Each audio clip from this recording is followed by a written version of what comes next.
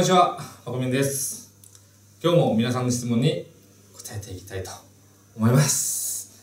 結構ね、動画撮ってるんで今、喉が結構やられてます。ちょっとお茶を飲んでからでいいですか？お茶。ここの紅茶。お茶を飲んでから始めたいと思います。結構, 맞았나요? 자, 그럼 시작하도록 하겠습니다. 오늘은 자신이 없다라는 것에 대한 이야기를 해볼까 합니다. 정말 저도 일본어를 열심히 하면 일본어를 잘하게 될까요? 잘할 수 있을까요? 라는 질문도 많이 와요. 자신이 없습니다. 저는 정말 자신이 없어요. 할 수 있을 자신이 없습니다. 라는 질문이 옵니다. 자신이 없다. 자신이 없다.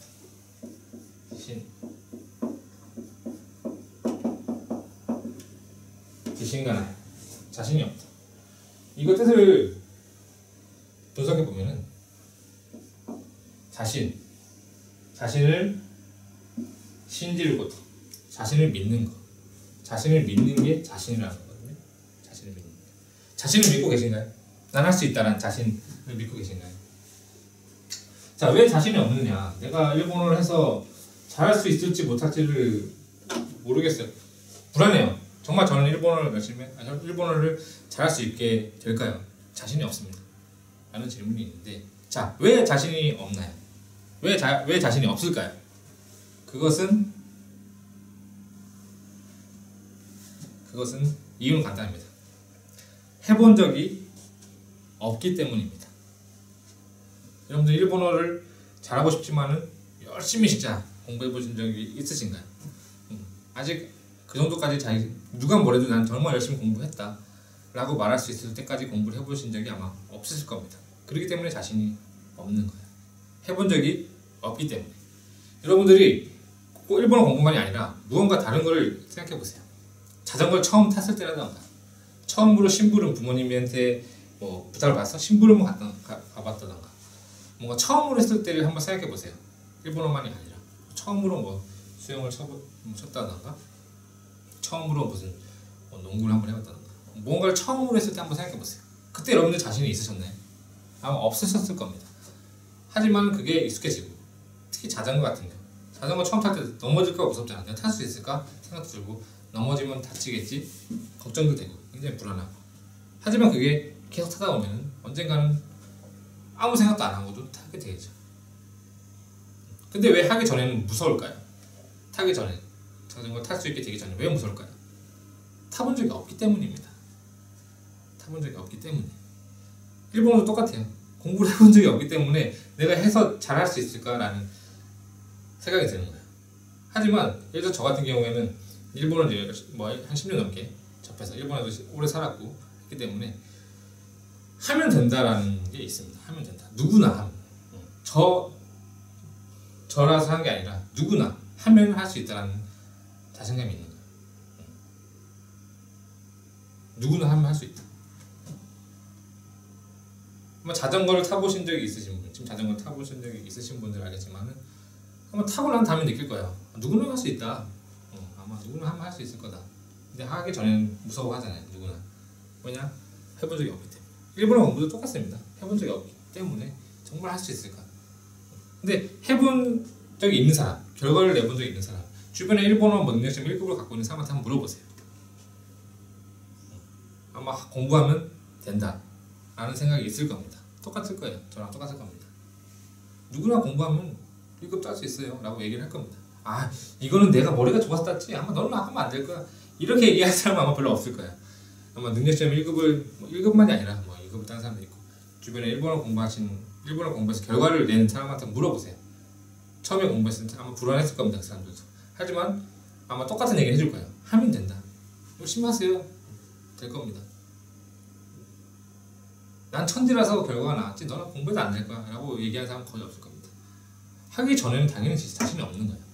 근데 열심히 하면은 자신이 생기는 거죠. 처음부터 자신이 있는 게 아닙니다. 정말 할 수 있을까 라고 물어보시는데 할 수 있습니다. 누구나 할 수 있습니다. 저도 했으니까. 근데 하시기 전부터 겁을 내시는 분들이 되게 많아요. 정말 할 수 있을까? 정말 내가 일본어 잘할 수 있을까? 정말 열심히 공부해서 일본어를 잘하게 될까? 말을 할 수 있을까? 그런데 그런 분들을 보시면은 열심히 공부를 아직 하고 계시지 않으신 분들이 많다는 거죠. 일단 공부를 하면서 공부 한번 시작해 보세요. 조금씩 성장을 느낄 겁니다. 그리고 그 결과가 점점 자신으로 다가오는 거죠. 처음부터 자신을 가지고 있는 사람 별로 없어요. 난 할 수 있을 거다.